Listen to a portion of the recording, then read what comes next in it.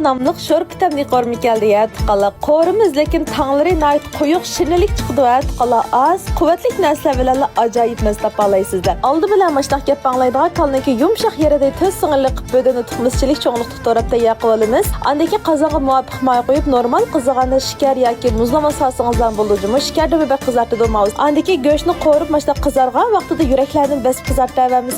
Film yaxshi mangmagandek va tomog'ingiz ham yaxshi o'xshab bermaydi. Andi piyoz, zanjibil çoğustamki pomidor qiyamni bir qo'shiq solaveramiz. Masha kelgan Nurziba qizim paloq qildi sapadi yiqildi dengisi uyano'sh bin tatishim bir aqlga muvofiq emas. Ot qilib tinchlikda. Shuni bozg'ichima qiznim kardi chiqarg'ich tasqatna o'tini o'chiravatmaychi qarditib. Nima bo'ldi-ki daketmangizda amma cho'rlarni. Aka tussab bir ishkini qo'ribla bu jimmi tuturib qo'rilib allaqacha tayyor qolganmizmi suqiymiz bo'ldi. Andiki men ro'qo chalib pishqanima bedeni tuxmisiga pishiq lekin baldir solaversingizda ta'minlanib nay tatib qoldi. Bularni sap yarim soat qayintimiz. Ko'giningizda suv sho'rib Ama yan-yana salsa qo'yilib chiqadi 20 minut atrofida dumlaymiz. Mush yan-yana sakitma. Shuni olam o'sha har dumlaganimda bir sayni qo'rib, har dumlaganda bir sayni qo'rib ketdim. Erim davomliq deydi meni. Bir yo'lda bir necha qilib avorib bo'lman xoto. Olti bo'lsa va xotonga o'zi dabliki yaxshilik yarashmaydi mang'idangizdan boshqa. Shunaqa yangicha bedeni qo'rdoq dumlamimizning tayyor bo'ldi. Qalla lozim ediganlarga kichikdan bilib olgandiki, aka qizil ko'klarlansa bir ishkini aralashtirib qozonda chiqarsak bo'ldi. Masayning o'xshab ketishilar qalla ish qilib cho'san qimigan yaş yol yaqasidagi toshchi mot qala nechta so'myodi tashlab qo'ysangizlar bir yalir chuchimal teg'imizni ko'kitadi. Kelingizlarcha oldi bilan sizlarning kelsin. Mazalik taomlarga birlikda boqaylik.